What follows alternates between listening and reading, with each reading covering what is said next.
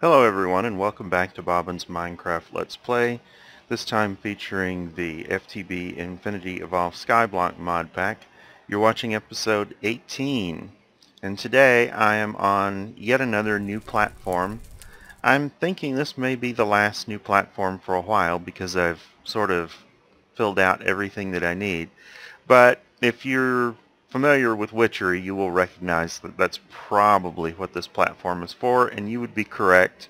I have moved all of the Witchery stuff out of the Thaumcraft area into its own platform at this point. One of the things that you need to do with Witchery is when you set up an altar, which I have not done yet because I don't have the necessary supplies, you need to have it in a natural area, meaning surrounded by trees and grass and all that kind of stuff. Here you only see trees, but you can see where I've sort of laid out where circles will go for circle magic, if you're familiar with that. I've got a regular vanilla cauldron here, which is set up with a water supply, even though it's not actually connected. The water that's in it actually came from rain. But it's got a fire underneath it and all that. Let's go ahead and convert this into a Witchery Cauldron. To do that, you just have to hit it with some anointing paste, which is made using this recipe right here. This is a little bit different from the default recipe. This one does involve mixing some stuff with Botania. It's got to have these mystical cyan petals in it. But if we go ahead and create this anointing paste and go and click it on the vanilla cauldron, we get a Witchery Cauldron and the water will go ahead and hook up. Let me just set it to insert here.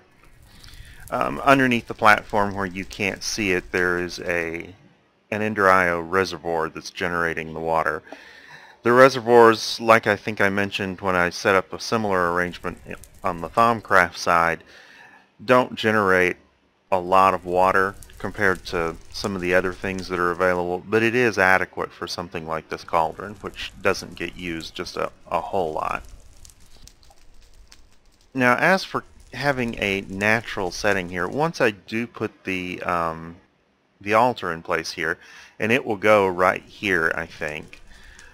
But once I do get the altar in place, it will need to draw its power from various sorts of natural items. That includes different types of wood and leaves and grass, both this type and the block type, flowers, cactus, pumpkins, melons, mycelium, a lot of different kinds of things.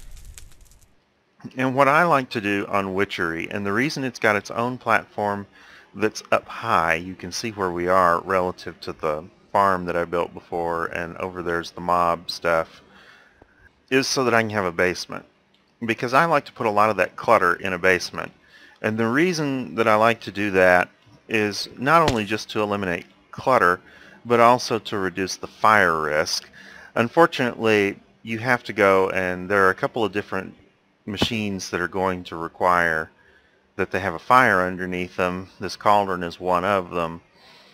And the more clutter you have up here of growing things, the easier it is for a fire to spread and just be very inconvenient for it. It makes it hard to place trees and keep them from catching fire, that sort of thing. I went ahead and laid out the circles in advance because it's also the case that when you put stuff in here, you may have to move them around when you go and try to put circles around your altar later on. These are not the actual circles, of course. Those are drawn with chalk. What they are is the layout of the circles. So in other words, when I do make the chalk marks, they can just go right on top of these blocks. I don't have to count or anything like that. It's all there. I'm not sure exactly what I'm going to do on the top level here. I may put like some dirt in and plant some of this type of grass on top of it. I have regular grass blocks down below in the basement right here, and some over here that are covered with glass. I tried covering them with glass to stop mobs from spawning on them. I've had pigs spawn here once, so that is apparently not completely successful. That was before I removed glass off of here to plant grass, so they didn't...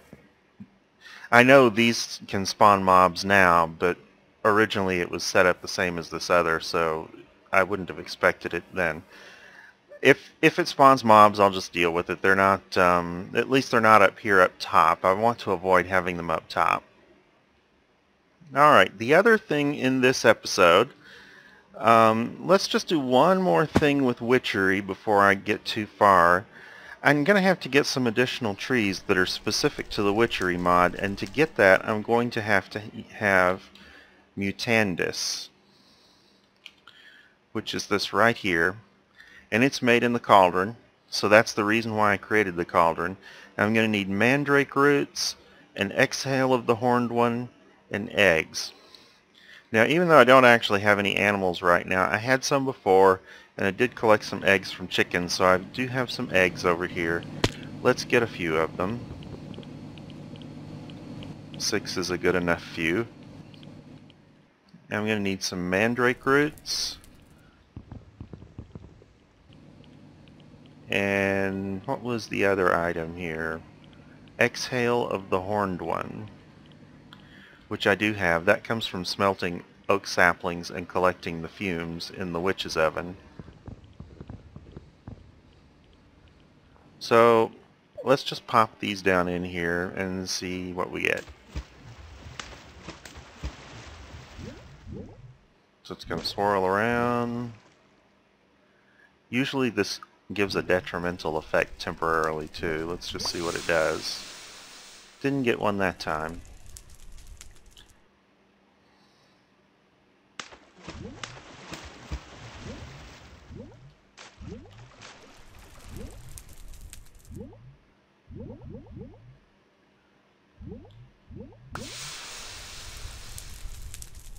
So far so good. No real issues on it. Maybe I won't have to deal with slowness or anything like that. It is just temporary. If you get something like that, it's not really a problem. I think it's the cauldron that does it. Could be the kettle. The other thing I want to look at in today's episode is actually bees. I finished the Infinity Bee, so I want to go ahead and get started with Gendustry in this episode. And one of the reasons I want to do that actually is because, like I said, when I went and got the eggs, I don't have any animals. I don't want to have any animals if I can avoid it. It'll just be something I don't have to set up specialized machinery for, and I don't have to have space for them and have them moving around and generating lag and noise and all that kind of stuff. So I'd really rather not have animals if I don't need them. And it turns out that most of the things that I could get from animals, I can also get from bees. And so that will be one of the things that I use my bees for. Alright, so I have 36 Mutandis here. And the way this works is you click on a variety of different natural items with it, and this grass down here will work just fine, and it converts it from one thing to another. So it converted it to a birch sapling. I don't need a birch sapling, so let's just click it again. A dark oak sapling, I don't need that. Acacia, I don't need that. Grass, spruce. Oh, okay. Now ember moss I do need. Do I have shears though? Ember moss is something you can only get with, can only recover with shears, and I will need it. It is a witchery plant. As you saw, it likes to set things on fire. Let's go over here. I know I've got some shears somewhere, but oh well. Just make some more. I got lots of iron. Okay, so moving on to the next piece of grass. Lily pad, you know, I'll take that. I don't think I have any lily pads. Fern, I'll take that too. Don't need that. Okay, here's the first witchery sapling that I got. I got an alder sapling, and there are 3 different ones: alder, rowan, and hawthorn. And I'll want to get saplings for all 3 of them if I can. Okay, there's the hawthorn.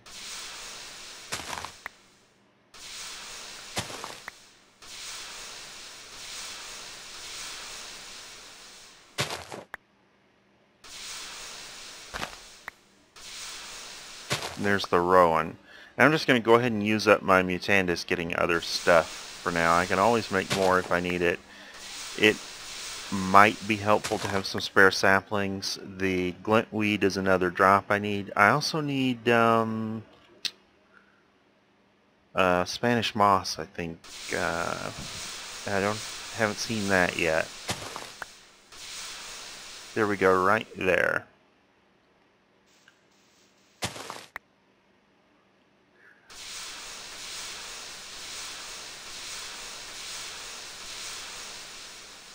Alright, all out of Mutandis, but that was a pretty good haul.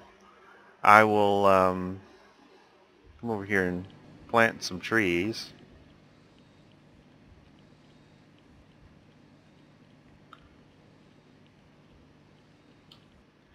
And I'm just going to let the Mine Factory Reloaded handle them the first time. There is a possibility of spawning an int. I don't know if the MFR harvester has that chance of spawning an int or not.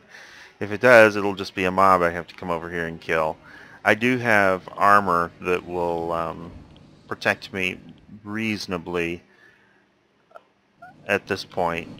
I sort of off camera, I went ahead and got flux infused for everything except for the jetpack, so that's definitely an improvement over the bits of scrap armor I was wearing before. Alright, so coming back over here, let me unload this witchery stuff. And I think the Spanish moss I'll attach to a tree so it will grow.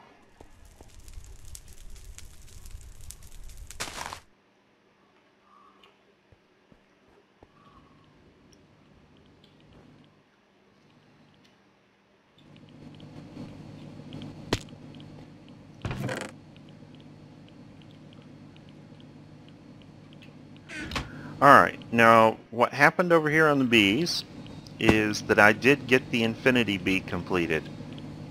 And I haven't centrifuged any of the combs yet, but I've been accumulating a few of them, and so I've been running three bee houses with infinity bees, so I've gotten, looks like 56 combs right now.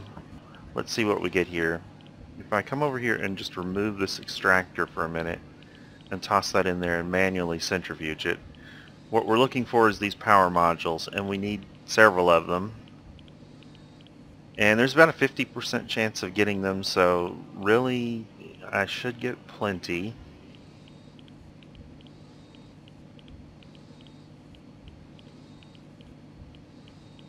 Alright. That's enough power modules that I'm going to come over here right away. Now, if we look at the Gendustry machines, there are a number of them. I think that's actually all the machines. Some of this other stuff are components. I've set up most of these basic components in the logistics pipe system all ready to produce them. A few things like the covers I haven't done. I don't think I've ever used those. But like the mutagen tank is just a machine component. The bee receptacle is a machine component. The genetics processor and environmental processor and upgrade frame and climate control modules, these are components of either machines or upgrades for machines. The machines are these right here, and the ones that I want, first of all I want to go ahead and make the Industrial Aviary, and I want to do that because there's an achievement and I'd like to complete it. So I'm going to need a bee receptacle, a piston, a couple of bronze gears, some glass. So that is one of the items that I've got set up there. And I wanted a couple of those gears.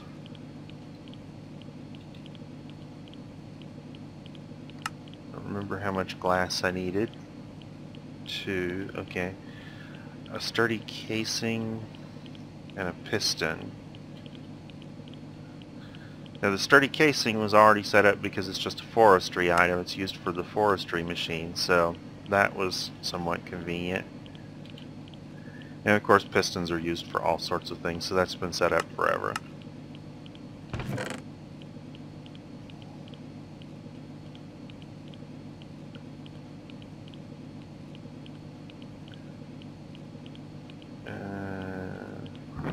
Still waiting on that piston to get here. Let me just go ahead and set up the rest of the stuff.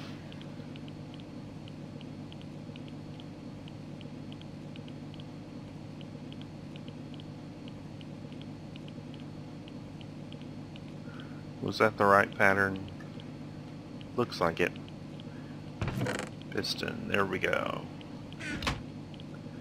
So I'll put this in here. Alright, and I will automate future production of this so that I don't have to sit there and make these things, because I'll probably be running quite a few of these. But I got the trophy. Let's put my achievement trophy right there. And we'll come over here and look at the other machines that I need. Now, the Mutagen Producer is used in conjunction with the Mutatron or the Advanced Mutatron. I'm going to go ahead and make a Mutagen Producer here in a minute. I'm going to make a Mutatron, but then I'm immediately going to use it to make an Advanced Mutatron. It's a component in the Advanced Mutatron recipe. Truth is, Mutatron is a lesser version of the Advanced Mutatron. Otherwise, they're kind of the same machine. This one just does more. And I have never seen a case where I could make this one and I couldn't go ahead and get this one at the same time. So really, I just sort of skip the Mutatron and just go for the advanced one. But I'm going to need the Mutagen Producer and I'm going to need the Mutatron. I'll make several of these Industrial Aviaries, maybe not just right now. The genetic sampler is used to get these samples off of bees. So if we come over here, this one says that the gene sample on it is species slate. So if you have a slate bee, you can get this sample off of it. What you do with these samples is basically you put your extra drones through this genetic sampler. You can put princesses through it too, but I always just use drones because I have lots of extra drones and I don't want to waste princesses. And it also takes these blank gene samples and a ton of power, and it will break down the bees and it will produce gene samples randomly from the bee based on all the genes that it has. Occasionally you'll get the species one. If you don't get the species one, you might get something like flowering fast here, or flowers lily pads, or effect howling. And what you do is you can take and combine a whole bunch of these onto a genetic template just by combining the template with the gene sample in the crafting window. And so you can actually build this template up so that you have essentially a complete bee on it, and then you can use one of these other machines, which is the genetic imprinter, to stamp onto a bee the attributes that are encoded on the template. So if I had a template that had nothing on it except species sodden, I could take and use the genetic imprinter to take any bee at all and put it in there and stamp it as species sodden. Now, there is a risk if you're using a princess and it's an ignoble princess that the princess will be destroyed in the process. So you usually want to use pristine princesses and then just drones and run them through the genetic imprinter to change them to whatever pattern you want. This is really good for, like right now I've got all these model bees that I've been doing. Well, with this I can just take and build the template and just stamp any bee I want with whatever genes I've collected and put on there. So that actually drastically simplifies things for bee breeding, and I will demonstrate that pretty quickly. I am going to make an advanced Mutatron. For now, I'm going to skip the protein liquefier, the DNA extractor, the genetic transposer, and the genetic replicator. I don't really particularly need these at the moment. The replicator would actually be kind of handy for duplicating these genes, but in the short term, it's not a priority. The other things I'm going to need is I'm going to need to make some blank gene samples, I'm going to need to make some genetics labware, and I'm going to need to make a number of these genetic templates. So I'm actually going to go ahead and just assemble one of these machines. Let's go with the Mutagen Producer here. So for this I'm going to need a couple of power modules, which I've got in my inventory, sturdy casing, mutagen tank, hopper, bronze ingots, and gears. And I will never remember all that stuff, and we'll have to check it again a couple of times before I'm done here. But there's my ingots and gears, and my casing,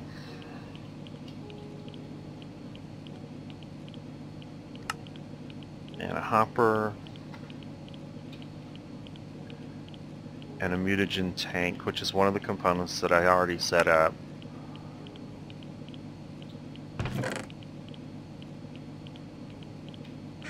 So let's see what we got here.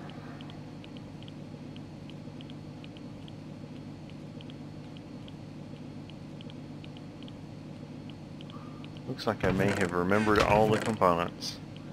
And there's my tank. We'll put that in there. And so there's our Mutagen Producer. Alright, I am going to go ahead and cut the video at this point and get all of my machines and get them basically set up over there, and then I will demonstrate the use of them. Alright, let's talk Gendustry machines. Just to start with the Industrial Aviary here, I've gone ahead and made 6 of them. I did go ahead and set up this machine for automated production so I can make them, auto-craft them on the logistics pipe system. This is a replacement for the apiary or the bee house, really more the apiary. The apiary, you can see here, has slots for frames. You put bees in it in a certain location, it has a spot for output. Okay, so if we come back over here, we have where the bees go, and we have a spot for output. In the place of a spot for frames, we have a spot for upgrades.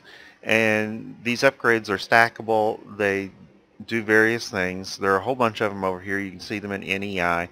They all say what they do, and it's pretty straightforward. I'm not going to go over all of them. This one is an example, though. This is the Desert Emulation upgrade.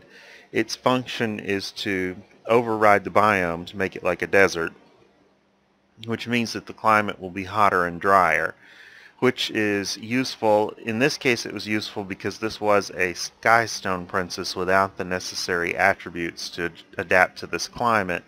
So I put it in here and it went and ran its usual thing and completed, and now it says it's an Ebony princess, which won't have that issue. So the other thing to consider on this, you can see this big bar over here. This holds power because these require power, and they are all connected up to power here.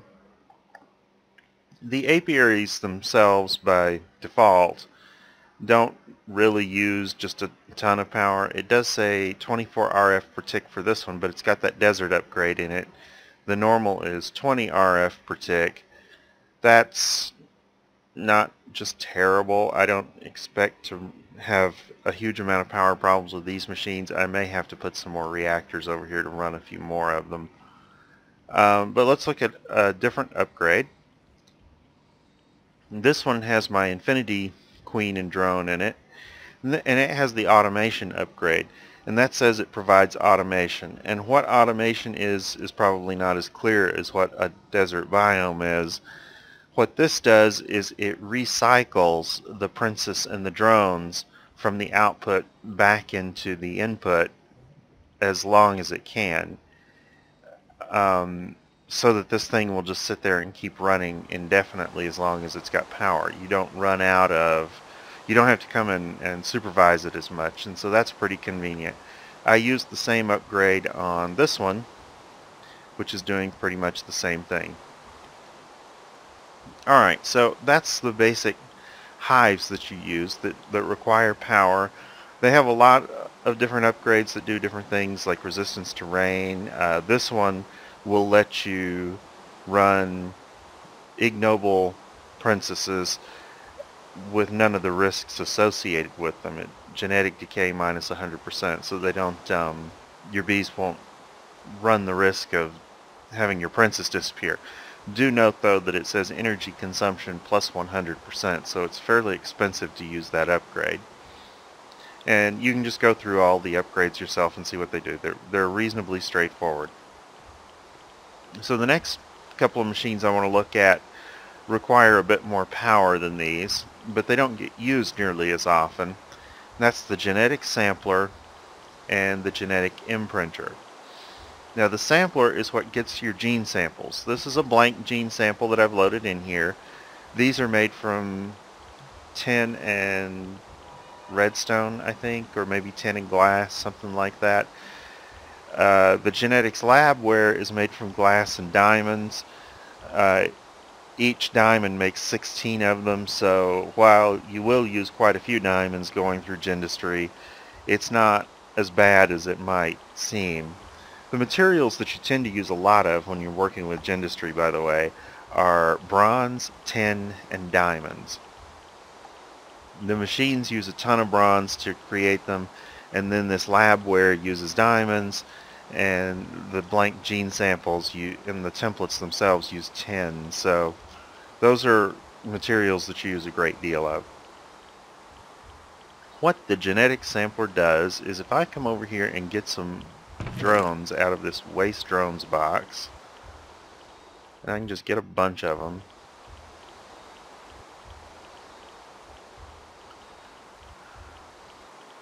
I don't know that I want the one that's got 64 just yet, but okay. And I can put these in here.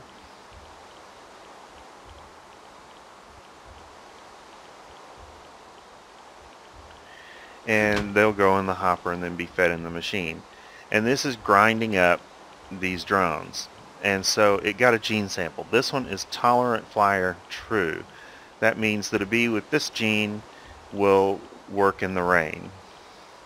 This one is species Ebony. So if I use this gene on a bee, it will convert it into species Ebony.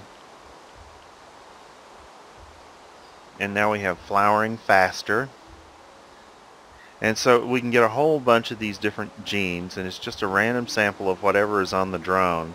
And some of them will be useful, some of them will be useless. Now, these are genetic templates, and you're not going to need that many of them. I just happen to have a ton of them because I messed up when I entered the quantity that I wanted in logistics pipes. And once you tell it to make 74 of them, that's how many it's going to make.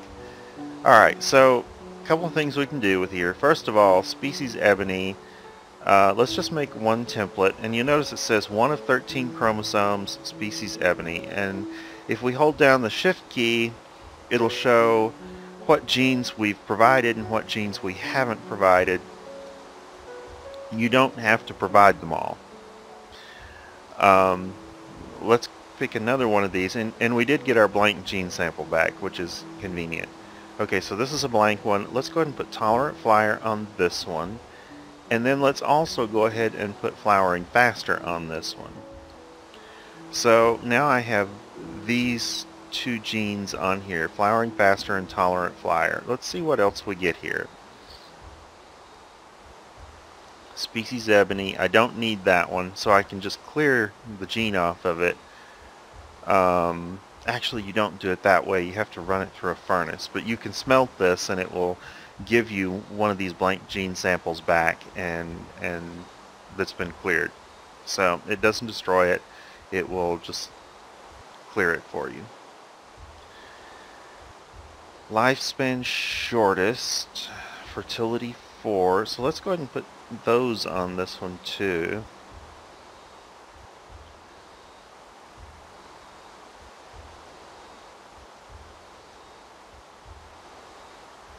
Tolerant flyer I already had. Okay, so what these do is, I've got several of these on here now,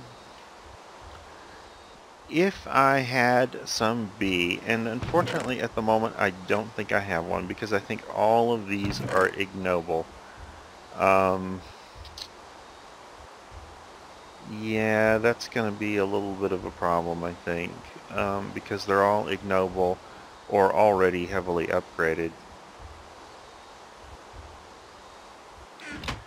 Let me see if I can just run through a couple more of these and get a gene that I don't already have.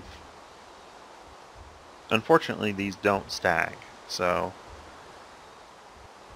we're just going to accumulate a bunch of them here. Territory average. Territory is the area that the bee covers for pollination, which is quite large. Flowering slowest. I don't think we need that one. Some of these will actually be useless. You will not want flowering slowest, most likely. Okay, there's temperature tolerance, both 3. That can go on here. We'll just add this one in here. And one way to check that, just sort of double check that you're adding a gene to the template so that you don't just like override something that's already on it and use up a sample, is you'll notice here it says 4 of 13 chromosomes. In the output window it says 5 of 13.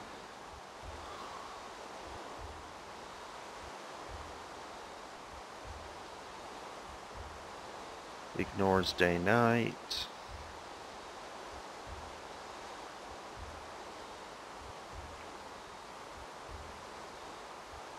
Without actually putting a bee in it, because I don't have one handy, this machine can destroy an ignoble, so I don't want to put an ignoble through it.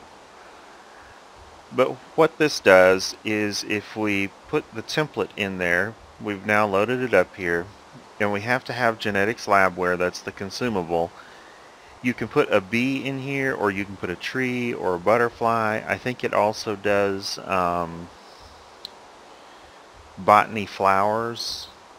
But you can put any of these items in here, and if you have a corresponding genetic template, notice that this one says can be applied to a bee, so it doesn't work with a tree, but you can make them for trees and so on. If we put a corresponding one in here, it will cycle through here and it will use an immense amount of power, and it will convert that bee to have the genes that are on this template. Now, things that are not being replaced, like let's say flowers where it says missing, it's not going to change, but it will change all the stuff where it has a gene. And you can use this to really upgrade your bees very quickly. You can build one of these templates with all the chromosomes that you want on it, and then you can just use this machine, the genetic imprinter, to rubber stamp your bees to have the attributes that you want. I think it only does the primary genome if you're using it on a princess. Not a princess, on a queen. It won't affect the genes that came from the drone. It will affect the ones that came from the princess. So keep that in mind if you decide to use it on a queen. Now, the other machines over here are the Advanced Mutatron and the Mutagen Producer. The Mutagen Producer is the more straightforward of those. This is producing a liquid called mutagen, and I currently have it being pumped out the bottom and going over into the Advanced Mutatron, which is the machine that consumes it. And it does this by destroying various sorts of items that you can put in here. I'm sending uranium-238. It accepts yellorium and the various industrial craft uraniums. It will also accept redstone and glowstone, which is what you would have in vanilla if you didn't have industrial craft or big reactors installed. So it just takes and destroys these items. Based on the particular item, it produces a certain amount of mutagen. It consumes power to do that. So let's look at what the Mutatron does with the mutagen, which is actually far more interesting. This will cross a princess and a drone, or a sapling and some pollen if you're doing trees with it. in order to get a well, I'll just demonstrate. It works the same as crossing them to get a new species in an apiary, except that it does it instantly and you don't have to worry about it. Now you do want to use pristine stock in this machine because it has a chance of destroying your ignobles, I think. This one, I haven't identified it, but it should be a cultivated ebony cross. Okay, and this of course is a pure noble because I just got it out of the reference bees. So if we were to cross cultivated and noble, we have at least one option I know, and that is to get majestic. Let's see what it shows here. So it's not going to let me do that because it apparently needs a pure strain, and I don't have a pure strain handy. So I might not be able to demonstrate that just now. Let me come back when I've got that bee purified and it is a pure cultivated. Alright, I'm back. Let's see how the advanced Mutatron works. If I pop the cultivated princess in there and the noble drone, it's going to give me a list of options. In this case, there's only one choice, majestic. I can get the majestic queen by crossing these two. In some cases, you'll have multiple choices, and then you can just pick which one you're actually after. But in this case, I'm just looking at majestic, so if I click it, it'll feed through the machine here, and out the far end will pop a majestic queen. Now, the attributes on the majestic queen: shortened lifespan, normal production, slowest pollination, no effect, fertility 4/4, but none of these attributes are turned on. One thing that I can do with this is I can immediately bring it over here and go to the genetic imprinter, and I can toss in a genetic template. This one has ignores day-night, which is nocturnal, cave dwelling, intolerant flyer, so it will work all the time if I run it through this. The bee already has fertility 4, but this will make it faster at pollinating. It will make it tolerate temperature, which won't matter here, but it will make it more productive. Now, I'm going to go ahead and run this through here. It's pristine, so it's safe to do that. One thing to bear in mind is that this bee is a queen, so as I mentioned before, the princess's attributes will be changed. So the attributes you see on the queen will have changed according to the template. But in the background, it's got the drone's genes, and those were not changed. So this is not actually a final process here, even though it sort of looks like it right here. What we can do is when this finishes, after we run it through an apiary, and we can just pop it in an industrial one there, and that will do it, we can go and then separately stamp the princess and the drone. In this particular case, we didn't really need to do it up front. We might have had a long wait if it gets dark and rainy like it always does, but we could still eventually get it, and we could save having to run it through there and use some labware and power and so on. Not really a big deal to run it through multiple times, but just be aware that when you run it through as a queen, that's not going to be the end of the story for it. Now, another thing that's useful that you can do over here with the genetic imprinter is this is a template that has nothing on it except effect none. And we can use that on this tropical drone, which has effect poison. Effect poison is kind of annoying because you get poisoned every time you go near the hive if the bee is working, unless you have the appropriate beekeeping suit. But using this template, I can run this drone through here, and it will simply erase the effect. That's all that the effect of this is just to erase it. And that's very convenient. Unfortunately, my tropical princess is ignoble, and so I'm taking a risk if I run her through here, but I may do it anyway, because if I don't use her for this, then what I will end up doing with my drone is crossing it with some other type of bee. But at least in this case, I won't have to worry about the effect on this really ever again from this drone. So that's a convenient thing. Just keep in mind that that is another sort of option. You can edit genes one at a time just by using templates. So if you want to get rid of an effect, you can use this, and it will leave all the other genes intact. So I think that's all I've got for today. I hope that you found this particularly useful. Gendustry in some mod packs is available a lot faster than it is in this one. In this one, it's a lot of work to get to. Once you do get to it, though, you'll be able to use bees for a great deal more. And I will definitely be using them for several things coming up. So thanks again for watching. I'll see you next time.